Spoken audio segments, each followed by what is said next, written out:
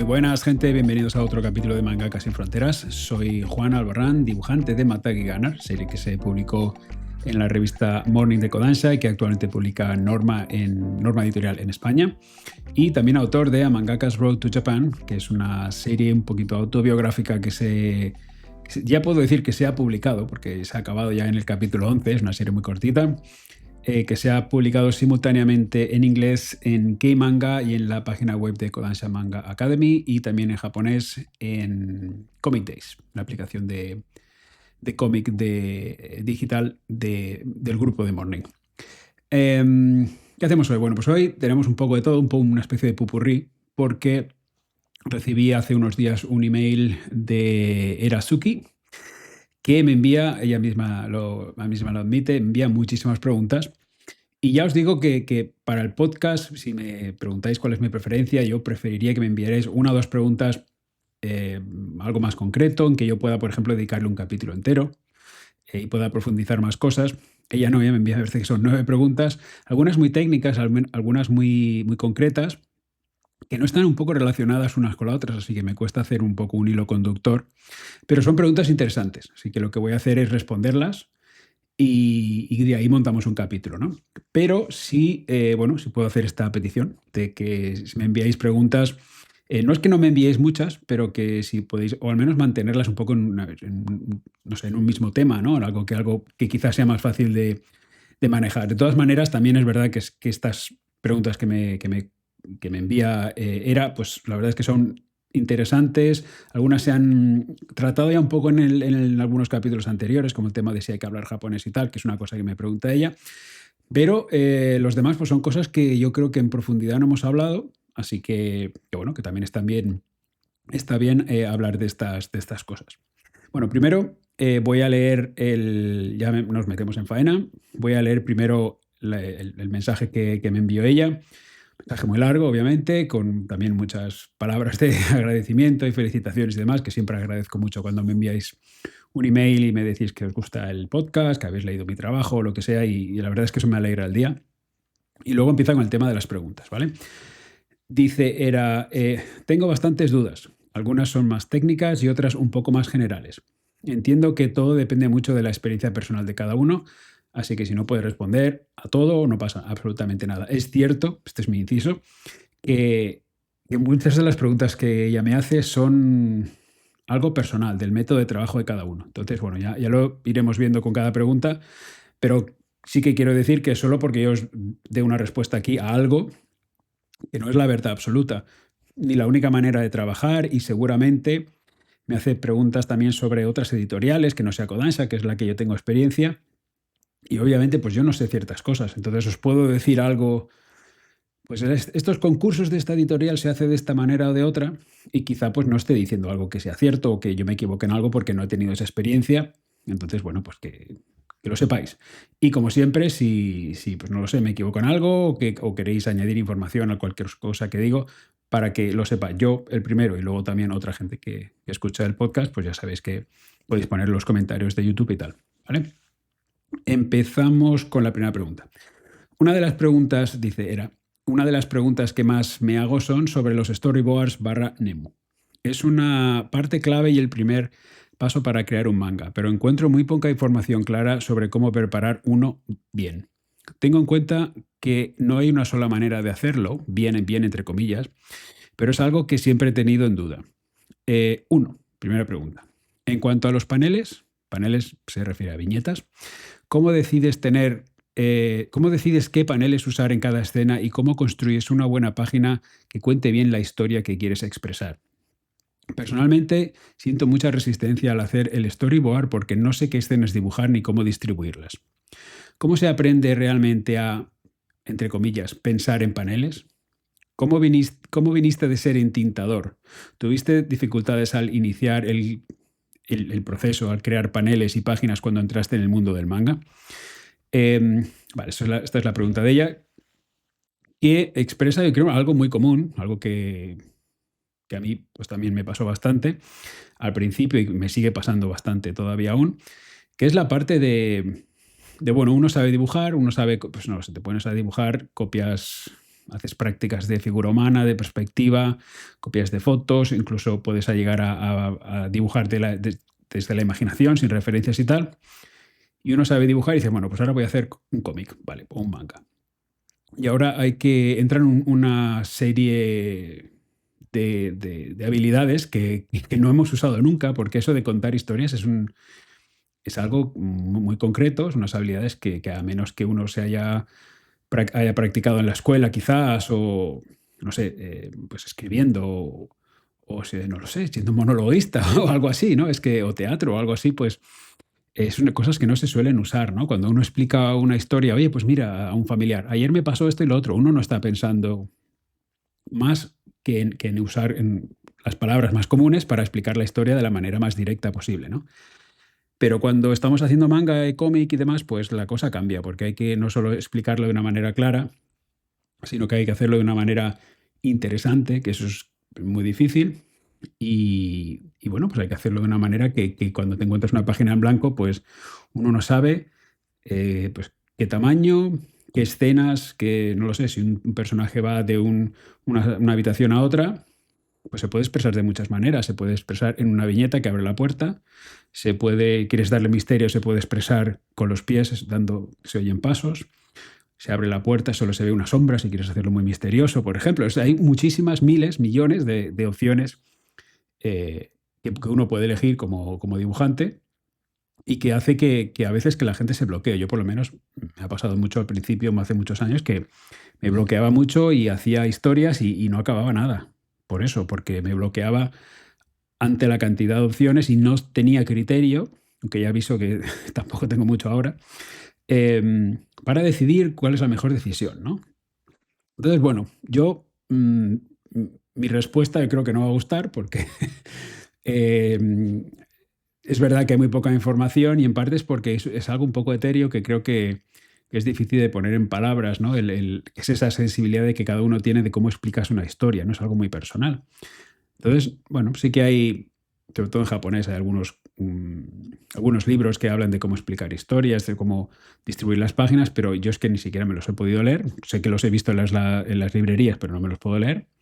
Y en Occidente hay muy poquito. La verdad es que hay muy poquito, no os podría dar muchas recomendaciones porque incluso los manga, los libros que he leído de cómo escribir cómics, pues claro, el papel del dibujante, perdón, del dibujante de manga es distinto al guionista en Estados Unidos o en Francia, porque allí el guionista normalmente, como Era dice, no piensa en paneles. O al menos no escribes un guión en paneles. Quizá lo esté pensando y escriba un típico guión de cómic americano, es viñeta 1 y te hace una descripción. Así que sí que está pensando un poco en paneles. Pero realmente lo que está escribiendo es un texto, ¿vale? Entonces es otra historia. Es un guionista típico del mercado americano, pues no está haciendo distribuciones de páginas, ni eligiendo el tamaño, ni este tipo de cosas, ¿no? Te da una descripción de lo que él ve en su mente y luego el dibujante ha de tomar esas decisiones, ¿no? Entonces, bueno, mi respuesta es eso, no creo que vaya a gustar porque ¿cómo se aprende a dibujar en paneles? Pues dibujando paneles, dibujando cómics, dibujando manga, y uno aprende a darse cuenta qué es lo que le funciona a uno, que al fin y al cabo es descubrir el estilo de uno, el estilo no solo de dibujo, sino el estilo de cómo explicar historias, ¿no? Entonces, eso se hace, se puede hacer de muchas maneras. Se puede hacer, aprender estudiando otros manga, no lo sé, hablando con gente que quizá lo tenga más claro cómo explicarlo que yo, a lo mejor, ¿no? Otros profesionales y tal, quizá te pueden dar trucos y demás. Pero principalmente yo creo que es dibujando manga y dándose cuenta qué es lo que funciona y qué es lo que no, ¿no? Eh, entonces, bueno, pues como digo, es algo para mí un poco etéreo, quizá por mi falta de conocimiento no quizá tanto como dibujante, que llevo más tiempo, pero como guionista, que tengo mucha menos experiencia, pero sí que empatizo contigo, Era, y con toda la gente que me diga que al principio es como que es un bloqueo, ¿no? Como que es muy difícil, que es demasiado la cantidad de opciones y que parece que uno se bloquea cuando tiene que poner la línea de la página, ¿no? Donde van las viñetas y tomar una decisión, ¿no? Porque piensas, y si no es la decisión correcta o adecuada o la mejor, ¿no? Para explicar la historia que quiero explicar, ¿no? Entonces, bueno, eh, sí, yo me he bloqueado durante mucho tiempo. Hubo una cosa, un detalle, un truco que lo voy a explicar ahora, que a mí me desbloqueó completamente, pero no que lo haga más fácil, simplemente hacer todo el proceso mucho más manejable, ¿no? Porque es verdad que a mí, y no solo a mí, sino esto lo he oído leer muchas veces, me parece esta fase de hacer el Nemu y del storyboard, o el boceto, como le llama, me parece la fase más difícil de todo escribir un manga, porque es la primera vez y la única vez, yo creo, que te enfrentas a un papel en blanco completamente. Es decir, tú puedes tener una idea, lo puedes haber escrito en un párrafo no lo sé, en un documento de Word como referencia, pero luego cuando te tienes para acordarte, digo, y luego cuando te enfrentas a la página de papel en blanco es cuando hay que tomar esas decisiones, cuando todo se convierte ya en un dibujo. Y ahí donde es como entran las dudas, porque piensa uno, estoy explicando la historia correctamente, en primer lugar, claramente, y de una manera interesante. Ya no es solo que explicar de una manera correcta, sino que hay que enganchar al lector, ¿no? Entonces, bueno, como he dicho antes, para mí es lo difícil. He aprendido algunos trucos para hacerlo más manejable, pero reconozco que hay mucho de instinto, ¿no? Que ahí es, por ejemplo, en el tema del dibujo, que hice un capítulo hace poco de cómo aprender a dibujar la figura humana y todo eso. Ahí hay mucho de técnico, de tener un sistema, de copiar digamos, la realidad, la figura humana real, ¿no? Y ahí coges mucho de referencias, pero aquí te enfrentas un poco al vacío. Incluso puedes decir, bueno, voy a dibujar una historia, voy a explicar una historia como lo hace, ¿qué te digo? Siempre pongo el mismo ejemplo, pero Eiichiro Oda de One Piece. Pero, ¿qué significa eso? ¿Qué significa explicar una historia como Eiichiro Oda, ¿no? Con su épica y esa manera que te planta una cosa en capítulo X y capítulo X más 120 te lo vuelve a recuperar cuando se te habías olvidado? Ese tipo de cosas, no lo sé, yo creo que tienen un poco de sensibilidad personal, ¿no? Y de preferencia, de que a uno le gusta hacer una cosa u otra, ¿no? Entonces, bueno, yo, como he dicho, tiro mucho de instinto. Es muy etéreo lo que voy a decir, pero me vienen las imágenes a la cabeza. Es decir, yo lo que sí que hago es pensar mucho sobre la historia, no lo sé, cuando estoy en el gimnasio y estoy en la cinta de correr, o estoy en la bicicleta, lo que sea, y tengo ahí 20 minutos, media hora que me quedan en la máquina, pues uso ese tiempo para pensar, ¿no? Para masticar, digamos, la historia. El personaje haría esto, haría lo otro y tal.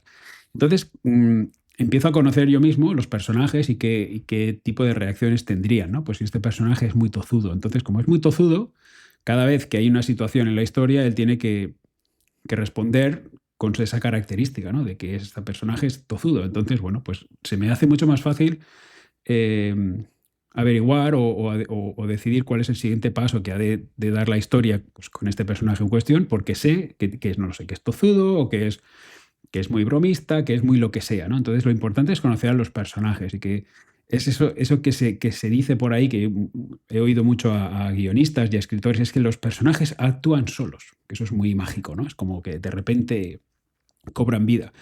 Yo creo que eso es, bueno, eso es una manera muy, muy romántica de hablar, es darse el pegote, yo creo, pero lo que significa simplemente es que conoces también a los personajes, que sabes qué reacciones van a tener sin que quizá necesites pensar mucho, ¿no? Que es cuando la historia empieza a fluir, porque tú conoces a tus personajes, ¿no? Entonces, bueno, pues sí, me vienen viñetas a la cabeza, pues ahora este personaje dice esto, creo que es importante que diga esto porque luego la historia más adelante va a pasar esta otra cosa, y yo necesito que el lector sepa esto ahora, en este momento, ¿no? En la primera fase de la historia, por ejemplo. Entonces, ese tipo de consideraciones también hay que tenerlas, ¿no? Y así poco a poco voy construyendo la historia, ¿no? Pero sí que hay cosas que hago conscientemente, ¿vale? Y pues bueno, os voy a dar un poco un ejemplo, ¿no? No sé, algún día creo que sería buena idea de hacer un capítulo, quizá lo haría con vídeo. Sabéis que este podcast normalmente va a ser de audio, y a veces tengo tentación de hacer cosas con vídeo, pero claro, pues mostrar imágenes de otros manga y tal, que yo no tengo los derechos, pues entonces seguramente que me tiran o me cierran el capítulo, o me quitan, no sé, los derechos o lo que sea, y no quiero hacer eso, ¿no? Pero a Mangakas Road to Japan, como yo tengo los derechos, pues es posible que en un futuro haga un capítulo donde muestre el proceso y cómo hice para escribir la historia, ¿no? Que muestre los documentos, lo que yo escribí, y explicar qué pasaba por mi cabeza, ¿no? Para hacer un resumen de mi proceso. Pero bueno, os voy a dar un pequeño resumen aquí, una pequeña introducción a lo que sería ese capítulo, de cómo yo hice pues unos capítulos, los capítulos de A Mangaka's Road to Japan, que es el único trabajo ahora mismo que yo tengo como autor completo, ¿no? De guionista y dibujante. Lo primero que me pidieron los editores fue que les hiciera un resumen de un párrafo de cada capítulo, ¿no? Desde el principio, ya sabéis que son 11 capítulos, desde el principio de la serie, me dijeron que sobre unos 10, más o menos. Entonces, pues bueno, yo hice una lista de las cosas que yo quería explicar, y eso es el tema, ¿no? Es decir, digamos el mensaje de cada capítulo. Y entonces, bueno, pues puse en ese párrafo, puse tema. Pues aquí quiero hablar, no lo sé, de lo importante que son los asistentes en el proceso del manga. Y debajo, un párrafo, 3, 4, 5 líneas de lo que iba al capítulo, y abajo les ponía el ten, ¿no? Del Kicho Tenketsu, que es el clímax, lo importante de la historia, ¿no? El twist. Yo le dije, esto es lo que va a pasar, que hace que el personaje cambie y tal, ¿no? Y eso es lo que yo a ellos les envié. Entonces, hubo algunas sugerencias. Un capítulo cambié completamente lo que fue el capítulo 10, de hecho. Iba a ser diferente y al final acabé cambiando porque se me ocurrió una idea mejor. Y ellos me escribieron algunas cosas como en todos los capítulos, algunos comentarios para, no lo sé, céntrate en esto, o estaría bien que hablaras también de esta otra cosa, ¿no? Y entonces, bueno, pues cuando esto ya estuvo aprobado, yo tengo lo que es o sea, ya no empiezo de cero, vamos a decirlo así. Yo intento partir todo en pasos muy, muy cortos, pasos muy pequeños, porque así evito eso de tener demasiadas opciones o de tener que pensarlo todo de golpe. Entonces yo intento dividirlo todo en cosas más manejables, en que el próximo objetivo pues es más corto, ¿no? Es más asequible. El primero es simplemente un párrafo, ¿vale? Siguiente es en una página aparte, divido la historia de ese capítulo en los momentos más importantes. Es decir, no lo sé, divido la historia, aunque sean capítulos, en el caso de Mangaka's Road to Japan, las historias tenían entre 10 y 12 páginas, lo divido en 5, 6, 7 momentos, ¿no? Y decido en cada momento a qué parte del Kisho Tenketsu pertenece, ¿vale?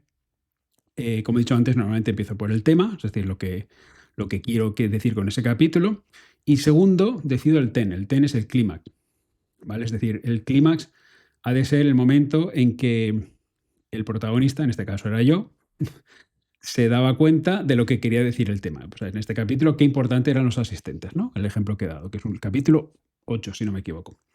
Y bueno, pues yo decía, vale, aquí en este momento, en el clímax, Juan se va a dar cuenta de que los asistentes son indispensables para la publicación del manga semanal en Japón. Entonces, a partir de ahí, tengo que construir la historia para que Juan, al principio, no, que era un poco la verdad, que al principio a mí eso de usar asistentes era como, bueno, es que parece que el manga no es mío, parece que, y esto pasa en el capítulo, lo podéis leer. Parece que el manga no es mío, no es mi estilo, parece que estoy engañando al lector, que es una manera de pensar muy del dibujante de cómic occidental, porque se acostumbra a hacer el dibujante todo, ¿no? Sabéis que es una manera de producir totalmente distinta. Entonces, bueno, pues y ahí ya tengo dos elementos que están en contraste. Juan, el protagonista, al principio no está convencido de los asistentes. En el clímax se da cuenta de que sin los asistentes no es posible. Entonces, ¿cómo llego a eso? ¿Vale? ¿Cómo llego del punto A al punto B? Entonces, vale, pues entonces ahí decido estos momentos en que, cada momento de la historia en que voy poco a poco construyendo de Juan que no quiere asistentes hasta Juan en el ten, en el clímax, que de repente se da cuenta que sí que es lo mejor tener asistentes por H o por B, ¿no? Y ahí empiezo a construir la historia. Entonces, al principio de la historia suelo pensar en el key, dar respuesta al dónde, al quién y al qué de la historia, ¿no? Para mí esa es la prioridad. Entonces, pensando en eso, así es como decido qué enseñar en cada viñeta, ¿no? Es decir, pues el dónde está pasando. En este caso, estaba en Barcelona, estaba dibujando, quién, yo, en qué momento, qué estaba sintiendo, estoy preocupado porque el manga no, parece que estoy engañando al lector, que eso de usar asistentes parece que no no lo sé, no va con mi filosofía, quiero que, no, que sea mi estilo, todo ese tipo de cosas, ¿no? Y, bueno, este es el qué, más o menos, diría, ¿no? O sea, qué es lo que qué es lo que me está pasando, ¿no? Entonces, al principio esa es la prioridad, establecer la historia, ¿no?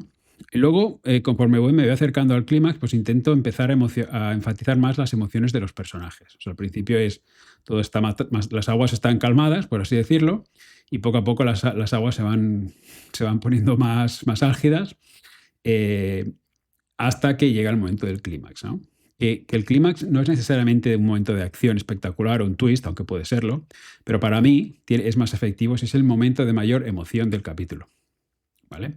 No necesariamente que sea un gran puñetazo es, por un gran golpe, no tiene ningún valor si no hay un momento emocional detrás. Es decir, si ese personaje, hay que entender por qué ese personaje da ese puñetazo con esa fuerza que la da, pues no lo sé, porque se juega su amistad con no sé qué, se juega la vida, pues se juega, yo qué sé, la familia, lo que sea. O sea, si no hay un elemento emocional detrás de esa acción o de ese twist, pues es un poco vacío, ¿no? Luego otra cosa que también es importante es que trabajo en páginas dobles, como se trabajan todos los mangakas. Es decir, aquí la primera página de la historia siempre es la de la izquierda, por así decirlo, de una revista, un tankobon. Entonces la primera va sola y luego vas en dobles, 2 3 4 5 6 7 y demás, ¿no? Entonces, bueno, pues eso es otra manera de pensarlo, ¿no? De que cuando tú abres un tankobon, aunque ya te digo que si se lee el manga en digital, pues ya eso como que importa menos porque se lee de una página en una página, ¿no? Pero si se ve en dobles, pues también eso se tiene en cuenta porque, bueno, al final de cada página de la izquierda, es decir, de la doble, la última, pues se suele poner pues un poco un cliffhanger, algo interesante que haga que el lector quiera girar la página y seguir leyendo, ¿no? Entonces, el truco que os dije antes, que me desbloqueó muchísimas cosas, lo aprendí de Hiro Mashima, que es el mangaka de Fairy Tail, si no me equivoco, y de muchos otros, que tiene un canal de YouTube donde hace ya mucho tiempo que no cuelga nada, y es una gran pena, porque durante un tiempo él creo que se emocionó y se puso a hacer vídeos, que eran unos tutoriales que están obviamente en japonés, pero con subtítulos en muchos idiomas. Entonces es muy accesible, ¿no? Y aunque en general habla de cosas relativamente básicas, ¿no? Cómo dibujar, no sé qué, cómo explicar una historia, no va mucho en profundidad, pero es verdad que de todo se saca una perla, ¿no? Y yo saqué una perla de uno de sus vídeos de cómo explicar una historia, cómo hacer un Nemo, y eso me cambió a mí todo. Y es una cosa tan simple como que, eh, para no bloquearme con tener que decidir muchas cosas a la vez, como he dicho antes, en lugar de pensar, tengo que dibujar, ¿qué dibujo? Dibujo el personaje, el fondo, tal y cual, la expresión, qué está diciendo, qué significa eso en la historia, todo eso, ¿no? Eso son muchas decisiones que hay que tomar y hay que tomar viñeta a viñeta, ¿no? O sea, empezar de cero en cada viñeta. Y a mí eso me bloqueaba, era como demasiadas cosas, ¿no? Entonces, lo que Hiro Mashima dice de hacer, que yo os voy a pasar el consejo, y me parece una maravilla de consejo, es simplemente, en lugar de hacer todo eso, es no dibujar el Nemo y empezar solo con el texto. ¿Vale? Él decía poner solo el texto del diálogo y decidir cada viñeta, según la importancia que tú quieres darle, decidir el tamaño. Si es una cosa que es poco importante o que no quieres enfatizar o que es una acción muy rápida, pues una viñeta más pequeña. Si es, no lo sé, pues al principio de un capítulo o de una nueva escena quieres hacer un plan un poco general de la escena donde estamos para que el lector se ubique y demás, pues darle bastante más espacio, ¿no? O si es el clímax y que es un momento emocional, pues a veces una página entera, ¿no? A veces una splash o a veces una media página, una viñeta, cosas así. Pues todos esos momentos es otra manera de tomar tus decisiones, cómo esos momentos quieres emplearlos, ¿no? O sea, cómo quieres plasmarlos en tu manga, en tus páginas. Entonces, bueno, pues son otras decisiones conscientes, ¿no? Ya no es solo, como decía antes, que es mucho de instinto, sino que tú en algún momento, tú sabes que en ese momento de la historia es importante para que mole, para que se entiendan las motivaciones y los sentimientos del personaje y demás. Entonces, bueno, a eso tienes que dedicarle su tiempo y su espacio, ¿vale? Entonces, bueno, importante lo que he dicho antes. Yo el primer paso no dibujo, no dibujo. Simplemente veo esas imágenes que digo que se me ocurre qué dibujar y simplemente pongo el diálogo de los personajes en el tamaño más o menos o sea, en el lugar. Es decir, si creo que un personaje está a la derecha de la viñeta y otro a la izquierda, pues pongo el texto en cada uno en su sitio, ¿no? Y debajo hago una cosa que Hiro Mashima no hacía, pero que a mí me ha servido también para acordarme, es que si se me ocurre qué es lo que va a ir en esa viñeta, es decir, plano bajo del personaje mirando hacia el cielo y pensando lo que sea, ¿no? Pues eso mismo que yo acabo de decir, lo escribo también. Añado el texto y lo pongo en la parte de abajo del capítulo, o sea, de la viñeta. Y eso lo hago más que nada para no olvidarme, porque me he dado cuenta que al principio no escribía esas cosas y cuando acabo de poner todo el diálogo, voy y digo, ahora voy a dibujar. Y digo, ¿y aquí qué es lo que se me ocurrió? No recuerdo qué es lo que yo quería dibujar en esa viñeta, ¿no? Entonces, bueno, pues ese es el sistema, ¿no? O sea, yo escribo todo el texto primero, me hago una anotación pequeña a mí para decirme aquí tienes que dibujar esto y así el cerebro creo que se centra solo en la historia, en decidir qué es lo que es importante, que debo mostrar para que el lector entienda qué estoy explicando y se meta en la historia, ¿no? Y luego las decisiones de dibujar, de qué dibujo, si el dibujo no me sale, bueno, me gusta y lo quiero borrar y eso, no lo sé, a mí me crea cierta frustración y tal, pues todo eso lo dejo aparte. Pero, de nuevo, cuando yo voy a dibujar ya no estoy empezando de cero. Ya tengo decidida toda la historia, ya he decidido qué personajes aparecen en cada viñeta y tengo una breve descripción de qué va a aparecer en esa viñeta. Todo eso lo hace, en lugar de tener que abarcar todo de golpe, es pasos, lo que he dicho antes, dividir todo en pasos pequeños que son mucho más asequibles. Y eso del texto, pues si es un capítulo de 10 páginas, pues lo hago relativamente rápido. A lo mejor en mediodía, una tarde, si quiero, o sea, me intento centrarlo bien, o sea, no ponerlo rápido y pasar página y hacer otra cosa, sino intentarlo hacerlo lo mejor posible, ¿no? Y bueno, y cuando acabo esto del texto y las descripciones, pues ya dibujo luego cada viñeta y, y así, como he dicho antes, la mayoría de estas decisiones ya están tomadas, ¿no? Entonces, se me hace todo más manejable. Pero de nuevo, que parece un poco así, un poco esotérico, pero las imágenes de verdad me aparecen en la cabeza. También os digo otra cosa, al principio las imágenes no se me aparecían en la cabeza.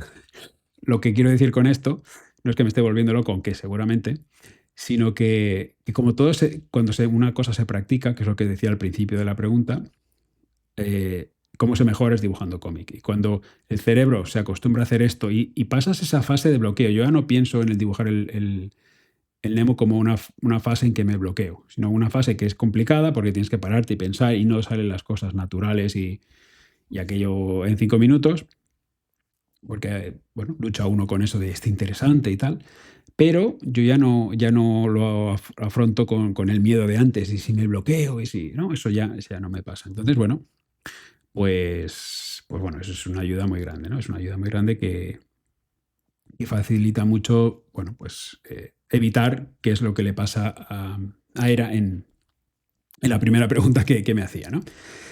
Vale, una respuesta muy larga, pero creo que quizás es de las preguntas la que tiene más chicha o la que más interesante quizás. Y bueno, pues quería dedicarle su tiempo a dar un ejemplo, ¿no?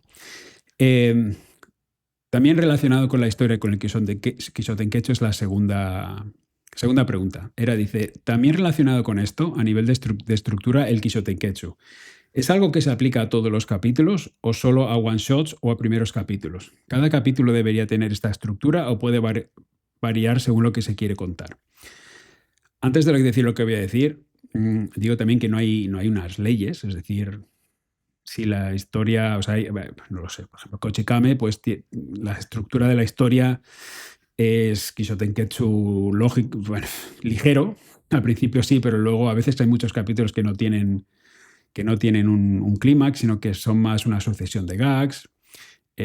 No sé, depende del mangaka, de la historia, o sea, es decir, no hay una cosa que digas, se tiene que hacer esto y te van a pedir que les digas el Kishotenketsu qué parte. No te van a pedir eso. Ellos se leen el manga y si les funciona, funciona. Si no, no. Pero si lo haces sin la estructura y no funciona, o no pones un clímax, ¿no?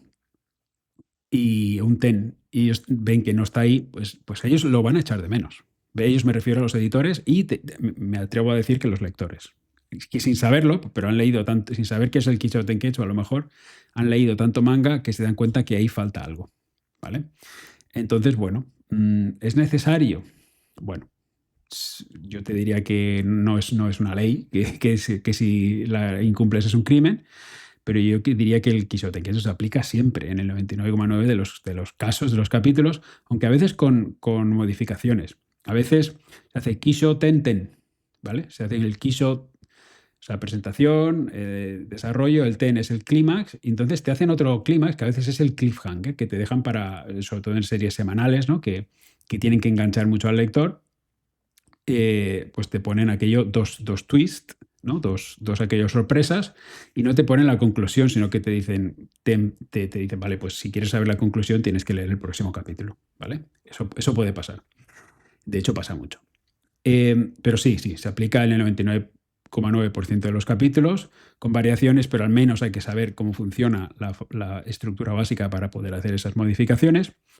Y si el mangaka sabe lo que se hace, cada tankobon también puede o debe tener su propio Quiso Tenketsu también. Incluso hay gente, dicen por ejemplo Ataque a los Titanes, es un manga que hay gente que ha analizado mucho, dicen que incluso la serie en sí tiene una especie de Quiso Tenketsu si te das cuenta de la historia que está explicando, ¿no? Yo no me he parado a saber a analizar si eso es verdad, pero quizá en series más cortas pues puede pasar, ¿no? Una serie muy larga que los autores hacen, que el autor y la editorial hacen un poco improvisando, por ejemplo Dragon Ball, pues era un poco una improvisación, ¿no? O sea, está dicho por el editor mismo. Que era un poco, hago el siguiente capítulo sin una planificación clara y invento sobre la marcha, ¿no? Entonces ahí seguramente el capítulo tiene su estructura, pero en cuanto a la estructura general del tankobon o incluso de la serie, pues quizá eso se pierde, ¿no? Pero digo más, yo sé, yo lo intento hacer, y yo sé que esto no soy el único, porque lo he hablado con los editores, intento que cada escena o que muchas escenas incluso dentro de un capítulo tengan un poquito la misma estructura, si es posible, ¿no? El Quiso Tenketsu. No siempre es posible, pero si se puede, si puedes tener momentos en que presentas una escena, algo pasa y se resuelve y hay un pequeño cambio, pequeño o gran cambio, entonces la historia avanza. O sea, simplemente no estás explicando la misma cosa que antes, sino que bueno, es un pequeño truco para que la historia no se estanque, ¿no? Es decir, siempre intenta que haya un pequeño cambio o que algo pase, aunque sea pequeño, para que la historia siga con el movimiento hacia adelante, ¿no? Os voy a poner un ejemplo en Mangaka's Road to Japan, que es lo que he dicho antes, ¿no? Que seguramente pues alguno de estos capítulos pues me gustaría hacer un capítulo enseñando en detalle cómo fue mi proceso mental a la hora de escribir la historia, ¿no? Y por ejemplo, ahí en el capítulo 8 hay una escena que son simplemente 2 páginas, las páginas 6 y 7, ¿vale? El capítulo empieza, pues mira, precisamente es el de los asistentes, que yo hablaba con asistentes que no me convencía, lo de trabajar con asistentes y tal, ¿no? Como he explicado antes.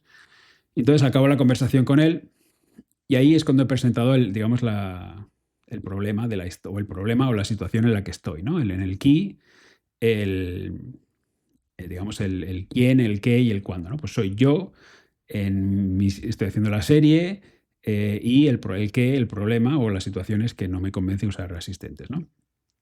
Y entonces, bueno, pues llego a esta escena que para mí es parte del show de la historia del capítulo.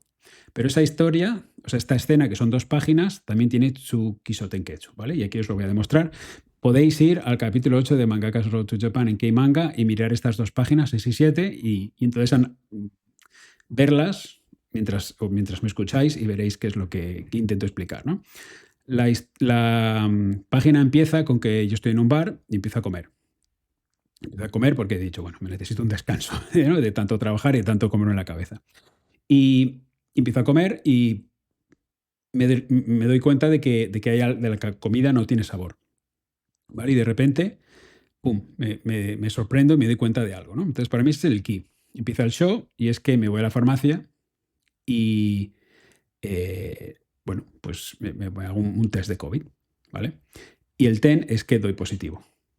Que es verdad que pasé el COVID y tuve que trabajar tiempo con esto. Y entonces, bueno, pues la escena acaba con eso, conmigo entrando un poco en pánico, que no sé si voy a poder entregar mi capítulo, ¿no? Entonces, es el ketsu, digamos, la consecuencia, o sea, la conclusión después de haber unido el Kisho con el Ten, ¿no? Es decir, mi preocupación de... Yo venía a una escena de una manera, me pasa otra cosa y, pues bueno, con el tema del COVID, pues nos damos cuenta de que hay un poco una sorpresa ahí porque no se había hablado de nada del COVID hasta ahora y la escena ha hecho que la historia avance. De repente tenemos un problema nuevo y que ese problema va a ayudar a Juan, al protagonista, a mí, a darme cuenta que los asistentes son importantes, ¿vale? Si ya os sabéis, si no habéis leído el capítulo, pues taparos los oídos, voy a hacer spoilers. Si lo habéis leído ya sabréis que al final el que me saca del apuro cuando estoy en la cama con fiebre y tal es un asistente que ofrece ayudarme, ¿vale? Para acabar el capítulo a tiempo. Entonces, bueno, pues esa es un poco la historia, ¿no? Es una historia que pasó, que es verdad, entonces pues a mí yo me acordé de aquello y dije, bueno, es que los asistentes yo les tengo mucha fe, eh, pero esa fe se la ganaron porque yo al principio sí que era un poco reticente, ¿no? Entonces, precisamente porque me puse enfermo y los asistentes me salvaron el trasero, por no decirlo peor, pues, pues bueno, me di cuenta de que sin ellos, sin su apoyo, no se puede llevar una serie semanal como la que yo llevaba, ¿no? Entonces, pues eso, yo me di cuenta de que tenía que, en un momento en que yo tenía que cambiar de opinión, de no me convencen los asistentes a menos mal de los asistentes, ¿no? ¿Y cómo lo hacía? Pues bueno, primero presentaba mis reticencias, segundo, introducía una situación en que yo solo no iba a poder llegar a la entrega, que fue el COVID, y o sea, infectarme de COVID, y entonces, pues bueno, en el momento más emocional es cuando digamos, el asistente, sin yo pedirlo, me ofrece ayuda y entonces pues, decidí hacer cogió parte de mi trabajo y me permitió llegar a entregar el capítulo dentro de mi fecha de entrega, ¿no? Entonces, dentro de esa historia, en el show, que es, digamos, donde yo me di cuenta de que tengo el COVID, pues esa mini escena de páginas 6 y 7 se distribuye de esa manera. Entonces, es un ejemplo de cómo se puede meter un Quixote en Quechua dentro de otro Quixote en Quechua y eso se puede expandir a un tankobon, ¿no? A la estructura de un tankobon. Es una cosa que si yo algún día escribo una historia larga, pienso hacer lo mismo que hice en esta historia, en decir, ¿cuántos capítulos caben en un tankobon? 9, 10, vale, pues no voy a empezar a escribir la historia hasta que yo no tenga más o menos lo que va a pasar en esos capítulos, ¿no? O sea, digamos ese párrafo inicial de todos los capítulos. Y así puedo hacer también una historia de una estructura de Quixote en Quechua en el tankobon. ¿Vale? Y a partir de ahora dividirlo en capítulos y luego dividir dentro de los capítulos en cada escena. Que sé que parece una locura, pero al final lo que hay que tomárselos no como como un requisito, sino como una ayuda. Es decir, ¿cómo explico esto? Quiero explicar esto, esta historia, quiero decir esto, no sé lo que querráis decir en vuestra historia, pero no sé cómo decirlo. Pues bueno, pues mira, aquí tengo una estructura que me puede ayudar a organizar los eventos, ¿no? Y siempre empezar o al menos yo lo hago, empezar por el clímax, por el ten, y luego escribir la historia que os lleve a que de una manera racional y emocional os llegue a ese clímax que llega más tarde, ¿no? Entonces, bueno, pues eso es otra manera de hacerlo. También otra cosa que tengo en cuenta, que está relacionado con la pregunta 1, en cómo elegir las cosas y dónde poner cada viñeta y dónde poner la información y tal, es que intento incluir mini cliffhangers, como os decía antes, en los giros de página, para que el lector siga leyendo, ¿no? Y eso normalmente se pueden poner cada 2 páginas en la última, pero es que también decía que hoy en digital la página doble ha desaparecido y entonces pues no está mal ponerlos en las páginas del medio también, porque digitalmente cada lector lee páginas de una en una, ¿no? Entonces yo en esta escena pues tengo una cosa de estas. Por ejemplo, en la última viñeta de la página 6, donde la farmacéutica dice que tiene el resultado del test de COVID, dice que tiene el resultado del test de COVID, pero no dice si es positivo o negativo. Lo dice hasta la primera viñeta de la página 7, ¿vale? Eso lo hice por dos cosas claves. Primero, porque si no digo cuál es el resultado, pues el lector quiere gira la página, es un pequeño incentivo para girar la página. Y segundo, porque quería darle importancia a la primera viñeta de la página 7, donde se ve la mano con el test positivo. Quería que eso fuera un primer plano para darle un impacto, porque yo creo que todos los que pasamos esto del coronavirus, de la época de la pandemia, todos tenemos o en algún momento nos hemos hecho la prueba y el miedo de mirar el resultado del test y que sea la línea del positivo, ¿no? Entonces, pues bueno, quería un poco usar ese trauma colectivo que tenemos todos para dar un poco de impacto, ¿no? El test en primera, así, digamos, en primer plano. Y bueno, pues es otra cosa que podéis tener en cuenta, ¿no? Que a veces dices, bueno, pues dónde pongo no sé, dónde revelo este secreto, ¿no? Pues bueno, pues siempre, si es posible, al principio de una página. Y antes de revelar el secreto, poner un teaser, ¿no? Algo un gancho que quiera que haga que el lector quiera girar página, ¿no? Vale, tercera pregunta. En cuanto al número de páginas por capítulo, si hablamos de una obra completamente tuya, guión y dibujo, el pacing es el ritmo, eso lo digo yo. El pacing es totalmente libre y puedes dibujar y contar lo que quieras en un número de páginas específico, o suele haber muchas indicaciones por parte del editor sobre qué hacer y qué no hacer en cada capítulo.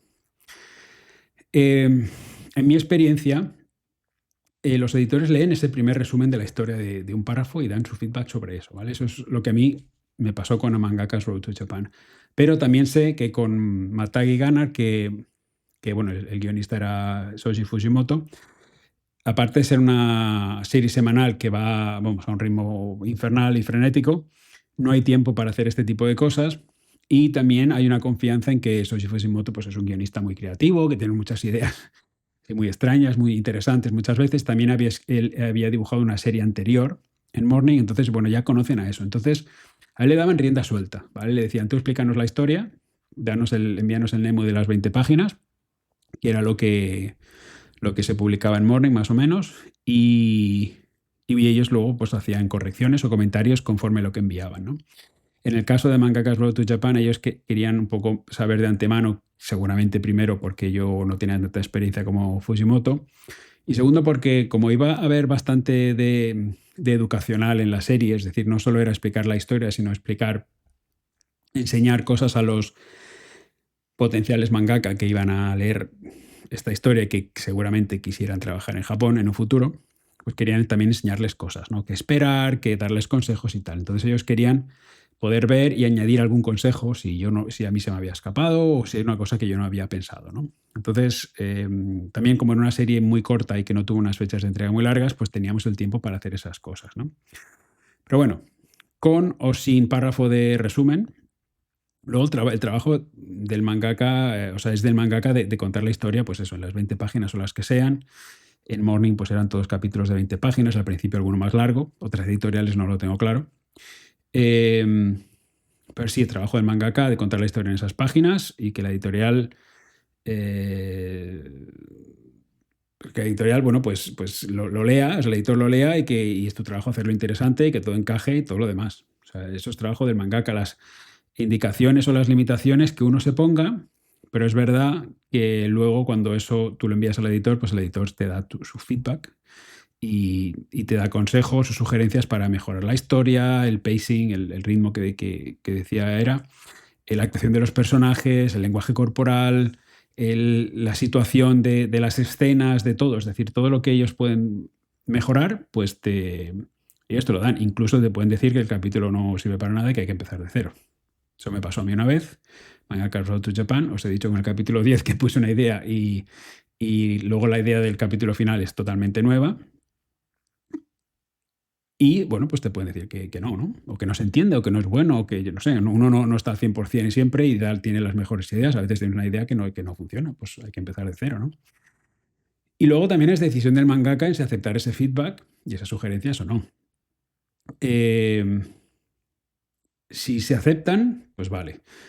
Si no, yo os aconsejo que expliquéis el porqué, ¿vale? Es decir, yo no sé, es que no quiero hacer más cambios porque estoy cansado. Eso no es una buena, eso no es una buena razón, no es un buen motivo, porque el objetivo del mangaka y del editor creo que es el mismo, debería ser el mismo, que es que el mangaka sea lo mejor posible. Y un editor, yo os puedo decir, y habrá editores mejores o peores, pero todos los que yo he trabajado solo tienen un objetivo: ayudarte a ti, mangaka, a que tu manga sea lo mejor posible para que guste a los lectores, para que venda y nos hagamos todos ricos.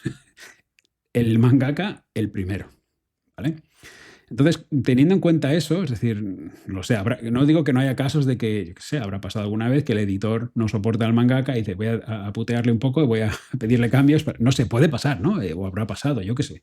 Imagino que este tipo de cosas pues, pueden pasar en Japón como pasan en otras culturas, ¿no? En otros entornos de trabajo. Pero en general, si es una relación buena y todo va normal, al final acaba siendo una negociación constante, ¿no? Ellos dan sugerencias, el mangaka tiene que honestamente leer esas sugerencias y ver si primero si no traicionan o cambian demasiado, digamos, la intención de uno, porque uno tiene no sé, un tema, ¿no? Un mensaje que quiere decir.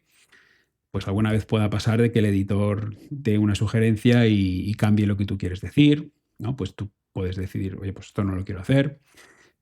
También puedes pensar que, bueno, a veces a mí lo que me ha pasado mucho es que el editor da una sugerencia y esa sugerencia me da idea a mí a otra sugerencia, otra cosa mejor. Y eso ha pasado mucho, eso me ha pasado mucho incluso en Matar y Ganar, que no era mi serie. A mí me enviaban el Nemu y decía, ay, pero es que hay una otra manera mejor de contar. ¿Y si cambio esta viñeta por esto otro? Lo preguntas y, de hecho, en ese tipo de cambios me dijeron siempre que sí, en todas las veces que lo decía. Y era porque, bueno, también todos con el mismo objetivo de mejorar la serie, ¿no? Y os puedo decir, como me preguntaban cuántas veces, como si hay muchos cambios o no, ¿no? Pues yo con Kodansha he dibujado en total 111 capítulos, ¿vale? 100 de Matar y Ganar, 11 de Mangaka Roadshow Japan. Y os puedo decir que mis editores me han pedido cambios más o menos grandes. He aceptado, yo diría que el 95% de los cambios, casi todos, en 111 capítulos. O sea, en todos, ¿vale? O sea, que cambios, acostumbraros a los cambios. Sobre todo si eres un mangaka que un poco que empieza, ¿no? Su primera serie, sobre todo, los editores son más, no estrictos, sino que ven más cosas. Cuando uno lleva 20 años o 30 años dibujando manga, o sea, al final es cuando se llegan a esas historias o ese estatus en que el mangaka, el editor va al estudio del mangaka, si hay en papel y tal, recoge las páginas, va y las escanea y ni pío, ¿no? Que yo sé de autores, y en Morning, por ejemplo, hay alguno que conozco que su relación con los editores es así. ¿Qué pasa? Que han vendido millones. Entonces, bueno, se han ganado el derecho, ¿no? No es mi caso. Vale, cuarta pregunta. 4. Sobre las editoriales y sus concursos. Tengo entendido que Shueisha tiene muchos concursos, pero ninguno internacional que yo sepa. Aún así, ¿crees que siendo extranjera existe la posibilidad real de presentarse y que lo acepten? Hay concursos que me interesan bastante, pero no sé hasta qué punto tienen en cuenta a los autores fuera de Japón. Sé que trabajas para Kodansha, pero quizá puedas responderme a esta pregunta. Es verdad que cada editorial o cada revista, incluso yo diría, es un poco un mundo, ¿no? En tema de los concursos, que tengan que hay posibilidades reales de presentarse y que lo acepten, por supuesto. O sea, no es que lo acepten, me refiero a que ganes, ¿no? Es decir, a ellos les da igual. Si no han tenido nunca una ley en contra de extranjeros. El problema siempre ha sido, y seguirá siéndolo, es el idioma. Japón es un país como España, en que la mayoría de gente habla el idioma nuestro, el español o el japonés, pero la gente que hable fluidamente otros idiomas, en este caso el inglés, que es el que digamos más común que comunica a todo el mundo, pues no hay muchos, la verdad. Y eso aplica, bueno, un poco a mí, lo responderé un poco más adelante en otra pregunta que habla sobre el idioma, pero aplica a los concursos también. Yo lo que os recomendaría es que simplemente enviéis, o sea, si queréis enviar a un concurso, ahí no te dicen en ningún concurso que yo he visto, solo si eres japonés. Lo que a veces dicen es el manga de ser en japonés. ¿Por qué? Pues porque los editores que lo van a juzgar son japoneses. No es que estén en contra de los extranjeros ni nada. Ellos lo que... Si alguien les presenta un manga en japonés, increíble, que ellos dicen, esto va a vender millones, este mangaka es tan talentoso, yo tengo que tenerlo en mi equipo. Y seas de donde seas, les va a importar un pimiento. Es increíble el enfoque y cómo se centra esta gente en el manga. Ellos son obsesos del manga, esta gente. ¿Vale? Esta gente me refiero a las editoriales, a todo el mundo que trabaja en la industria, ¿no? Y las otras consideraciones sé que, lo sé porque otra gente me ha hecho bastantes preguntas al respecto, es que no quieren extranjeros, es que no sé qué, es que yo eso no lo he sentido nunca. Yo lo que he sentido es que hay gente, y eso me ha pasado a mí, que me han dicho editores, oye, me gusta tu manga y tal, me gustaría trabajar contigo, pero es que si no hablas japonés, ¿cómo vamos a hablar en nuestras reuniones? Aquí las reuniones para cada capítulo se hacen presencial si vives en Tokio o a través de, no sé, Zoom o Google Meets, me parece que se llama, o Hangouts o como se llama, de estas aplicaciones en que puedes hablar, digamos, directamente por videoconferencia, ¿no? Entonces, bueno, pues si no hablas así, no tienes ese intercambio de ideas para hablar del capítulo, de cómo mejorarlo, que eso es el proceso básico de cómo funcionan los editores y los mangakas en Japón. Entonces, hay editores que no van a querer trabajar contigo. De hecho, hay muchos editores que todavía no quieren trabajar conmigo por el tema del idioma, porque dicen, yo es que no sé cómo lo vamos a hacer. Y yo tampoco lo sé cómo lo vamos a hacer. Entonces, no, preferiría no trabajar con ellos también, ¿sabes? Entonces, bueno, ese es el problema que os vais a encontrar, ¿no? Con el tema de los concursos. Yo lo que te recomiendo es que si hay algún concurso que te interese, tú haces tu manga, contratas a un traductor japonés que te traduzca el diálogo y que te lo ponga bien escrito sin cortar las frases en el sitio incorrecto y tal. O sea, que el texto japonés que haya sea nativo, ¿vale? Que lo pueda leer cualquier editor japonés. No traduzcáis cosas directamente desde, no sé, Google Translate y cosas así, porque eso va a quedar fatal. Vais a quedar como amateurs, ¿no? Pero si lo traducéis bien, que es lo que hice yo con mi primer one shot, yo contraté a un japonés nativo, a un asistente que me puso los textos directamente que me los rotuló, básicamente, y yo asegurándome que todo estaba en su sitio, envié esos y así es como creé muchos de los contactos que a día de hoy tengo todavía en las editoriales. Así que sí, sí, sí, a todos los concursos. Hay internacionales, pero yo te diría que sí, que es incluso más beneficioso. Vais a llamar más la atención si el concurso no es internacional, ¿vale? Porque si dicen, bueno, he recibido un mensaje, o sea, un manga desde España en japonés y 200 japoneses. Os aseguro que ese español va a llamar la atención más que si se envía un concurso internacional en que todos son extranjeros. No sé si me estoy explicando. Pero sí, sí. Es una inversión, es dinero, lo entiendo, pero al fin y al cabo es como los asistentes, ¿no? Si quieres usar asistentes hay que pagarlos, pero luego los beneficios vienen por otra parte. Pregunta 5. Respecto a la serialización semanal y asistentes, siempre he tenido entendido que lo normal es trabajar en Japón y de forma presencial con asistentes. Eso quizá era mi inciso. Yo digo, me adelanto a la respuesta. Quizá hace 20 años o 15 años era así, ahora no es así.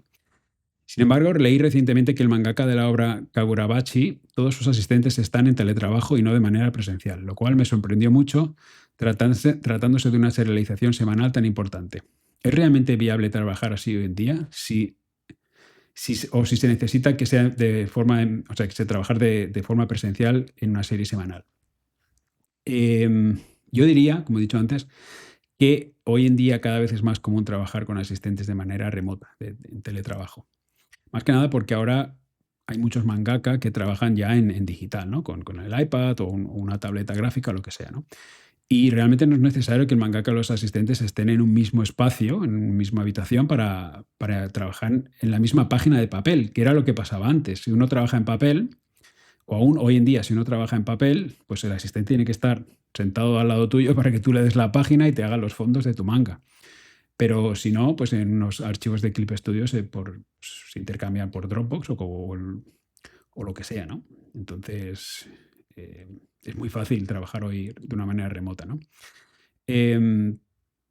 Además, para los que aún trabajan en papel, tienen un inconveniente muy grande, y es que para tener asistentes así, hay que alquilar un estudio o comprar un estudio.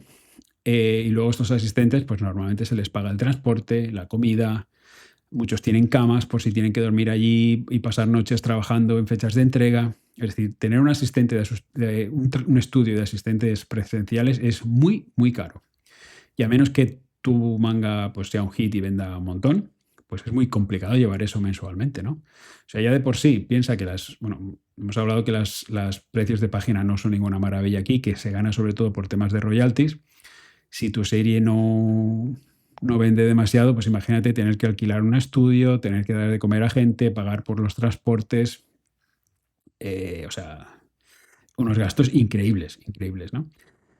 Y bueno, pues realmente lo importante no es que la serie sea importante, sino que la serie venda mucho y si es en papel y que tú quieres hacer eso, ¿no?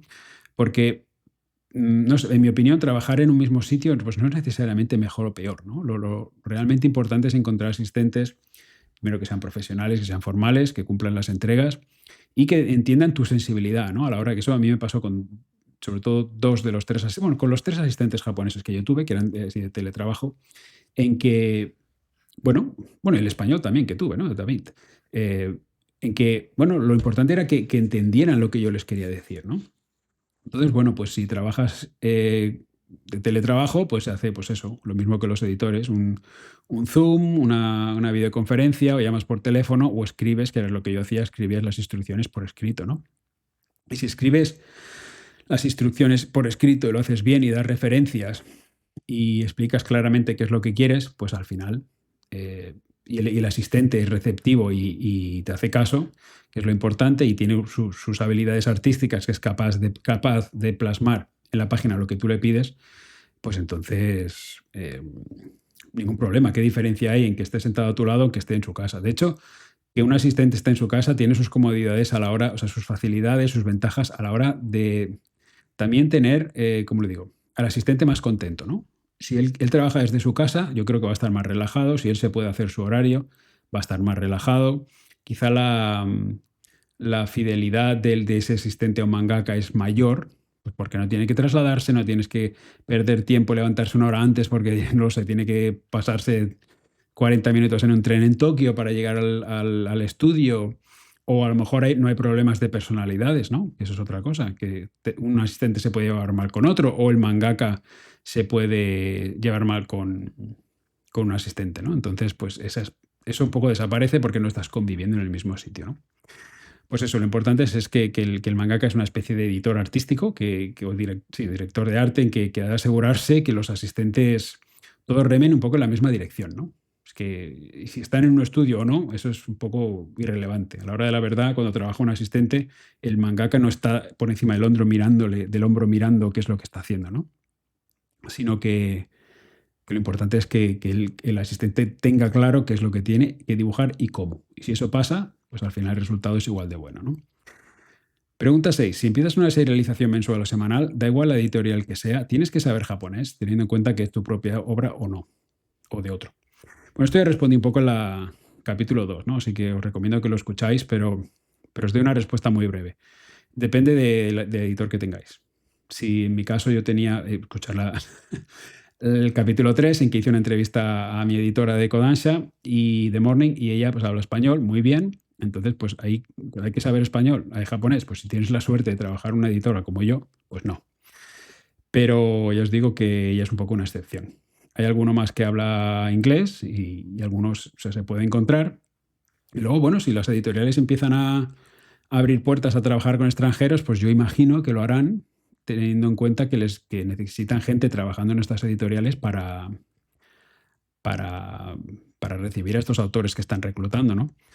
No lo sé si lo están haciendo, espero que sí, porque si no, tienen un problema muy grande. Pero ahora mismo, pues si el manga es tuyo, pues hombre, va a haber un trabajo extra. Es decir, tú puedes, una de dos, o lo traduces tú no lo sé, con un traductor, como he dicho antes, o con una traducción automática en Google Translate o algo así, y se lo pasas al editor para que haga correcciones, o es algo que tendríais que hablar con un editor, porque el manga se tiene que publicar en japonés, eso que lo tengáis claro. Si se publica en una revista japonesa, el manga tiene que acabar en japonés. Y hay un trabajo extra ahí que eso no se asume directamente que lo hace el editor, ¿vale? Los editores, hasta ahora, que yo sepa, no contratan traductores. Entonces, si hay algún editor que se atreve, entre comillas, a trabajar contigo, con un extranjero, ahí hay algo, un proceso que no está establecido en el sistema normal o sea, de trabajo de un editor. Entonces, eso hay que negociarlo de alguna manera, ¿vale? No te puedo dar una respuesta muy clara. Pero bueno, el tema del japonés, pues os vais a encontrar todo en japonés a día de hoy. Contratos en japonés, emails en japonés. Si no es obra tuya, pues el manga seguramente un escritor japonés lo ha escrito, pues lo vas a recibir en japonés. O sea que hay que tratar con el japonés a todas horas. Acostumbraros a traducir. Si no habláis japonés, acostumbraros a traducir a todas horas, ¿vale? 7. Y en cuanto al guión, a la hora de escribir los diálogos, narraciones, etcétera, ¿el editor suele hacer muchas correcciones o tienes bastante libertad creativa? Bueno, pues esto es como he dicho antes, ¿no?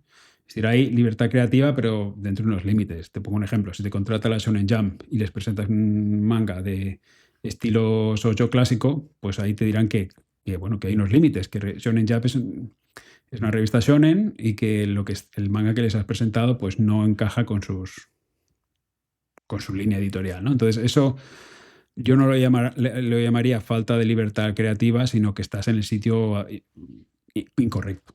Algo ha fallado. O el editor te ha contratado,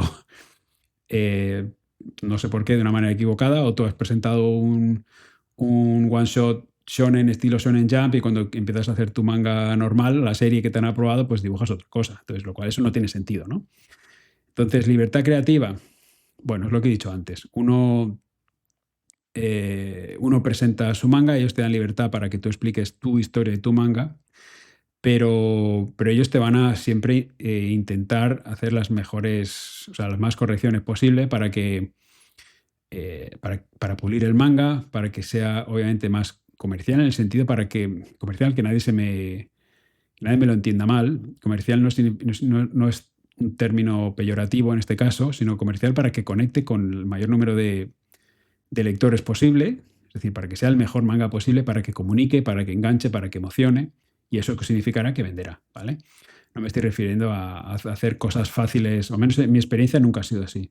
Vamos a hacer esto, que esto engancha siempre seguro a los editores. Vamos a hacer un personaje con los pechos grandes porque así los adolescentes japoneses lo compran seguro. Yo eso no me lo he encontrado nunca. No quiere decir que no pase, pero por ejemplo, eso yo no. No, siempre se habla de cómo podemos hacer que la historia sea más clara, más cohesiva, más emocionante, ¿no? Entonces, pues bueno. Respondiendo rápidamente, sí a los dos. Hay muchas correcciones, pero también hay libertad creativa, ¿vale? Pregunta 8. Cuando ya has pasado por el proceso de conseguir un editor, ¿cuál es el siguiente paso? ¿Crear un one shot, un primer capítulo, seguir presentándote a concursos? Conozco a muchos mangakas que antes de crear sus grandes obras empezaron por pequeñas cosas. Si tienes una idea en mente, la puedes presentar directamente. Y si una vez presentada la idea la rechazan, te piden que hagas cambios hasta que sea lo suficientemente buena, o te pueden rechazar la idea por completo. Bueno, sí a todo, la verdad. Has presentado muchas cosas que yo creo que son perfectamente posibles, ¿vale? Entonces yo creo que hay muchos diferentes caminos, ¿no? Si ganas un concurso, si haces un mochikomi, si te reclutan porque han visto algún trabajo tuyo en redes sociales. No sé, en mi caso, a mí me contrataron solo para dibujar y no tuve que hacer ningún one shot. Yo había hecho varios one shots que envié a muchos sitios, pero cuando me contactó Morning ellos no me pidieron nada. Bueno, nada, me refiero, no me pidieron hacer un one shot ni nada, me pidieron hacer unas páginas de prueba, eso sí, muchos diseños de personaje, que también está explicado en Mangakas Road to Japan, y luego ya me dieron mi fecha de entrega, me dijeron, venga, para adelante, ¿no? Y a partir de ahí, pues ya fue empezar a trabajar en el de esto, pero sin hacer un trabajo extra, ¿no? Yo creo que el camino más común es hacer un one shot, presentarlo, me refiero sin editor, aún no tienes editor, dibujas un one shot, lo presentas a un concurso o al mochikomi, para saber qué es el mochikomi, escuchar los capítulos 2 y 3, que es básicamente enviar tu trabajo a las editoriales. Y si es bueno, si ellos ven lo que te gusta o si ganas un concurso, pues seguramente te asignan un editor, ¿vale? Y ahí creo que el siguiente paso cambia por revistas. Yo creo que yo he hablado con o me han enviado algún mensaje de mangakas que están trabajando con Shonen Plus o con Shonen Jump, bueno, el grupo Jump, en que les piden los editores de hacer un one shot tras otro, un one shot tras otro, y que piden muchos cambios. Y incluso uno me preguntaba, ¿esto de los muchos cambios que es que no, que me está poniendo a prueba, que estos cambios van a ser hasta que creen que esté correcto y luego ya está, me serializan? Y yo no podía dar una respuesta a esa pregunta, ¿no? Yo lo que sí que creo que hay un proceso muy generalizado, y es que sea el trabajo que sea en one shot o una propuesta ¿qué diría?, de serie, ¿no? Los editores al principio lo quieren pulir lo más posible porque luego ellos tienen que presentarla al editor en jefe. El editor en jefe es el que suele tomar la decisión. Entonces, para que las posibilidades de que el editor en jefe apruebe la propuesta de serie o el one shot para que sea publicado y luego serializado, pues como mejor sea, mejor. Y como el editor sepa cuánto de exigente es el editor en jefe, que suele serlo mucho, porque pensad que hay miles y miles de mangaka intentando publicar solo en Japón, en cualquier revista, pues el listón está muy alto y no aceptan cualquier cosa, ¿vale? Entonces, bueno, pues el editor sabe que el editor en jefe va a ser muy estricto, que no se conforma con cualquier cosa, entonces va a apretar mucho las tuercas al mangaka hasta que ellos no crean bueno, pues que ese one shot o que esa propuesta está preparada, ¿no? Y bueno, pues lo aprueba, eso lo he dicho, lo aprueba el editor, en principio, que está al cargo tuyo, luego el editor en jefe, y, y ya está. Y luego, pues bueno, pues no lo sé si algunas editoriales te dicen de dibujar otro one shot que quizás se serialice, o, o no lo sé, o quizás ese one shot se toma como base de la serie. Por ejemplo, One Piece, pues está basado en un one shot que él hizo antes, Ichiro Oda. El puño de la estrella del norte, Hokuto no Ken, también hay un one shot parecido, que es un poco, muestra la base de lo que luego sería la serie. Entonces, pues me parece que sobre todo en la Jump es un proceso bastante común, ¿no? Y sí, lo que hablaba antes, que te pueden rechazar todo, pues sí, puede pasar. Ya he dicho que a mí me ha pasado varias veces.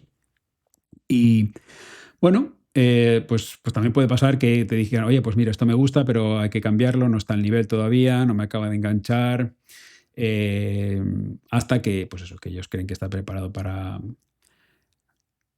presentarlo al editor jefe, que, por cierto, también puede rechazarla completamente. De hecho, creo que es lo que más suele pasar, pero bueno. Y como dibujante solo, que es lo que me pasó a mí, pues no lo sé, yo ya he dicho que hice muchos diseños de personaje basados en el Nemu del guionista, ¿no? Y cuando el conjunto lo aprueba, es decir, el proceso es el mismo, solo que en lugar de una persona haciendo el Nemu y los diseños de personaje, pues aquí hay dos personas. Uno hace el Nemu, otro hace los diseños de personaje, y luego eso se lleva al editor jefe, que lo tiene que aprobar. Y ya está, ¿no? Yo creo que ese es el proceso, que ya he dicho, ya está como si fuera muy simple, pero que es muy, muy, muy, muy raro que lo aprueben toda la primera, y que lo más normal es que, bueno, que no. Incluso ya comentaba en el capítulo anterior que mangakas muy conocidos o autores muy conocidos que llevan décadas publicando y luego les rechazaban todo. Entonces, bueno, tenéis que tenerlo en cuenta, ¿no? Que por cierto, veo muchas preguntas de todas estas que me haces, era de hacer cambios. Y bueno, pues no sé si tienes miedo o te da pereza de hacer cambios. Y pues bueno, seguramente trabajar en Japón igual no es para ti, ¿no? Es decir, no sé si esas preguntas es simplemente por conocimiento, para prepararte mentalmente, que no es mala idea, o, o es que realmente es una cosa que no te gusta hacer, o que te da miedo que al principio, no sé, no llegues a las fechas de entrega. No sé cuál es la motivación, pero sí, ya te he dicho que de 111 capítulos y más pues eso, más de 2000 y pico de páginas que he hecho, me han pedido cambios en todos los capítulos. Así que hay que estar preparado para eso, ¿no? Em, y también lo que tienes que pensar es que una de las ideas, o digamos, yo creo que la idea principal o el objetivo principal, la motivación principal de los editores japoneses y de su proceso de trabajo, es que el manga, es la idea de que el manga que te presentan hay que pulirlo. Es decir, es muy difícil que un mangaka presente un capítulo, al menos sobre todo los que llevamos una carrera más corta, lo que estamos empezando, que llegamos a Japón, y que no tenga ninguna posibilidad de mejora. Es que lo normal es que lo presentas, en mi caso en Morning, dos editores, y esos dos cerebros lo van a leer, y que con sus conocimientos de manga van a encontrar cosas que pueden ser mejor. Yo es que lo veo lo más lógico, ¿no? Y ojo, yo esto lo digo desde el punto de vista de que tampoco me gusta hacer cambios. A mí, muchos de los berrinches que yo me he cogido trabajando en Matai y Ganar eran todos por los cambios, que te aprobaban una cosa, lo hacías a las tintas y luego te hacían cambiarlo en las tintas, o no sé, para ellos es como no tienen en cuenta el trabajo que ello supone, el tema de los cambios. Ellos lo que ven es que hay una cosa que se puede mejorar, y no importa en qué momento estás en el proceso, ellos no pueden pensar en otra cosa que no sea esto hay que mejorarlo, ¿no? La opción de dejarlo cuando mal o peor, cuando puede ser mejor, a ellos no les entra eso en la cabeza, ¿vale? Es una mentalidad que a nosotros quizá nos cuesta, porque no somos tan perfeccionistas o tan estrictos como lo pueden ser ellos aquí en Japón, pero hay que acostumbrarse. Porque luego el manga que haga uno va a salir a las revistas o a las librerías, y tiene que competir por atención y por el dinero que hay en el bolsillo de los lectores, pues con todas las series. Es decir, tu manga, si es shonen, pues tiene que competir con, ¿qué te digo yo? Spy Family, Jujutsu Kaisen, One Piece, Spy Family, es que tiene que competir con todo esto, ¿no? Y entonces, pues bueno, es una competencia brutal. Entonces, los editores lo saben y saben que si tienen que pagarte el dinero de lo que has hecho, de los dibujos que has hecho, del manga que has hecho, pues tiene que tiene que tener las mejores posibilidades de su inversión, ¿no? Que su inversión tenga posibilidades de retorno y de que tanto la serie como tu carrera como mangaka sea lo más larga posible, ¿no? Y llegamos a la última pregunta, pregunta 9. Dice, y por último, ¿de qué depende de que una obra sea semanal o mensual? ¿Del editor, de la editorial o del propio autor? Bueno, principalmente de la revista en que se publica, aunque no es algo rígido en mi experiencia, en mi opinión. Por ejemplo, Shonen Jump es semanal, Morning es semanal, luego Morning 2, donde publica Konata, o Afternoon de Kodansha, pues son mensuales.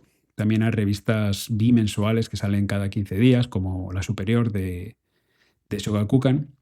Y luego hay aplicaciones digitales, ¿no? Que cada vez son más comunes, más importantes, porque el papel cada vez vende menos. Cada vez hay más gente que lee, pues eso, en el móvil, en el tren o en su tableta en casa y tal. Y cada vez, yo de hecho he visto poquísima gente, casi ninguna diría, en los últimos 3 años, leyendo su Shonen Jump de papel en el tren o algo así. Eso yo no lo he visto. La gente lee ya en digital, ¿no?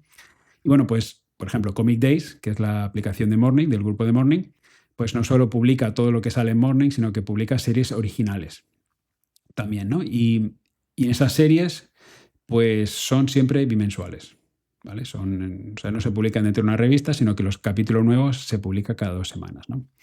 Pero sí se tiene en cuenta qué es lo que quiere el mangaka. Por ejemplo, el editor te va a preguntar, ¿no? Te pregunta, pues, ¿qué quieres hacer? No sé, por ejemplo, cuando yo entré a Matagi Gunner, pues la preferencia en realidad la puso Shoji Fujimoto antes de que me contrataran a mí, ¿no? Él quería probar semanal, pero a la vez, como él tiene un trabajo aparte, un trabajo normal, entre comillas, pues él no se atrevía a hacer semanal 4 semanas al mes, ¿no? Es decir, sin parar, ¿no? Y él pensaba que quería tener ese colchón ahí por si acaso, lo cual a mí me vino muy bien. Y entonces, cuando él ya me hablaron a mí, pues me propusieron, este es digamos, el ritmo que tenemos prevista para esta serie. Yo dije que sí y ya está. Yo no sé, si hubiera dicho yo otra cosa, si hubiera querido negociar, igual me hubieran dicho, vale, pues igual cada 2 semanas, algo así, aunque Morning, siendo semanal, va a tender a no ser tan flexible con menos periodicidad, ¿no? Una periodicidad más que no sea semanal. Pero sí, el editor te pregunta, tú puedes tener tus preferencias y bueno, también puedes elegir, pues yo no quiero hacer esto porque me parece demasiado trabajo o no me veo capaz de hacerlo o lo que sea, ¿no? Pero yo creo que que cada vez más en las aplicaciones, que sí que no se tienen que regir tanto por una publicación de, pues eso, física en papel, no puedes publicar un capítulo 20 páginas en blanco en una revista, sino que hay que tener el capítulo hecho. Ahí sí que son más estrictos con un ritmo porque se planifica todo mucho con antelación. Sin embargo, en digital no es tanto así. En digital, pues tienes pues cada 2 semanas un capítulo y los lectores y los fans pues seguramente lo esperan, pero si hay algún imprevisto, pues se puede ser mucho más flexible porque no afecta a todas las otras series de la misma revista, ¿no? Así que eso es otra historia. Pero bueno, eso yo os digo de mi experiencia con Morning y con Kodansha, que hasta el día de hoy es la única que tengo. Y seguro que en cada revista o en cada aplicación o cada editorial, pues la cosa cambia, ¿no? Cada uno tiene sus políticas, obviamente.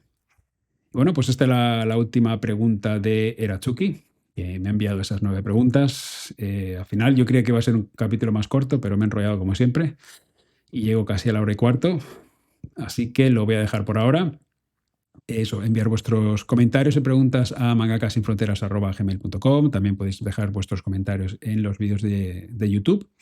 Yo leo todos los comentarios, yo leo todas las preguntas, muchos de los mensajes respondo personalmente, si tengo tiempo y ganas de responder más en profundidad, y si no, pues muchas veces creo que lo que me preguntáis da para un buen capítulo, así que me lo guardo y hago esto, grabo y os respondo vuestras preguntas. Así que nada, por hoy lo dejo aquí, nos escuchamos en el siguiente capítulo.